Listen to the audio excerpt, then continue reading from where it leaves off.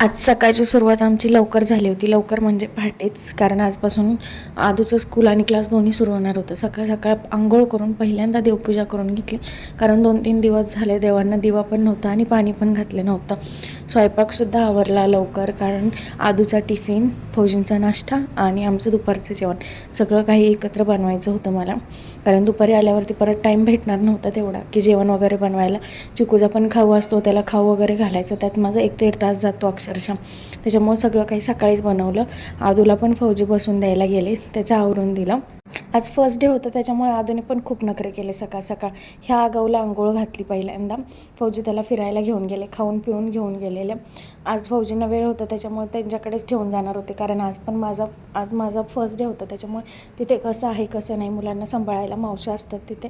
पण पहिलाच दिवस असल्यामुळं मलाच माहिती नव्हतं. त्याच्यामुळे फौजींना होता वेळ तर त्यांना म्हटलं की असू दे तुमच्यापाशी, जर जास्तच उशीर लागला तुम्हाला जायला लागलं तर मग माझ्यापाशी आणून सोडा. पण आत्ता तरी रडरड करण्यापेक्षा त्यांच्यापाशीच ठेवून गेले. मी लवकर गेले होते, त्याच्यामुळे एवढं लवकर कोण आलं नव्हतं. आज फर्स्ट डे होतं, त्याच्यामुळे रँडम टायपिंग शिकवलं होतं की हातात कीबोर्ड वगैरे बसावं म्हणून. आल्यावरती चिकूला फिरायला घेऊन गेले बाहेर दुकानात. ट्रीट दिली त्याला एक छानशी, मम्मीशिवाय राहिला होता मस्त. त्याच्यामुळे दादाला आणायला गेलो होतो आम्ही. दादाची बस जरा लेट आली होती, खूप वेळ थांबलो. चिकूनी खूप मस्ती केली.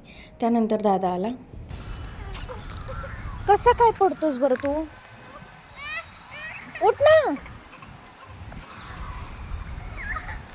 हे असली पडापडी आमची असते. 5 मिनिटाचा रस्ता नसतो पार्कपर्यंत जायचा, पण त्यात पण 5 वेळा पडायचं असतं पोराला. चिकू मात्र आयटीत बसून जातो सायकलवरती, त्याला काही घेणं देणं नसतं. गेल्यावरती आदूची महाराजा थाट बघा, स्वतः झोक्यावरती बसून त्याच्या फ्रेंडला झोका द्यायला लावतो आणि वरून जोरात झोका दे असं पण त्याला ओरडून ओरडून सांगत होता. सकाळी लवकर उठल्यामुळं रात्री एवढा कंटाळा आला होता ना, खूप लवकर झोपायला घेतला होता. पण ह्या साहेबांना काय झोप येत नव्हती. तो मला गंडून गंडून त्याचं ते खेळायचं चाललेलं. असो, बाय.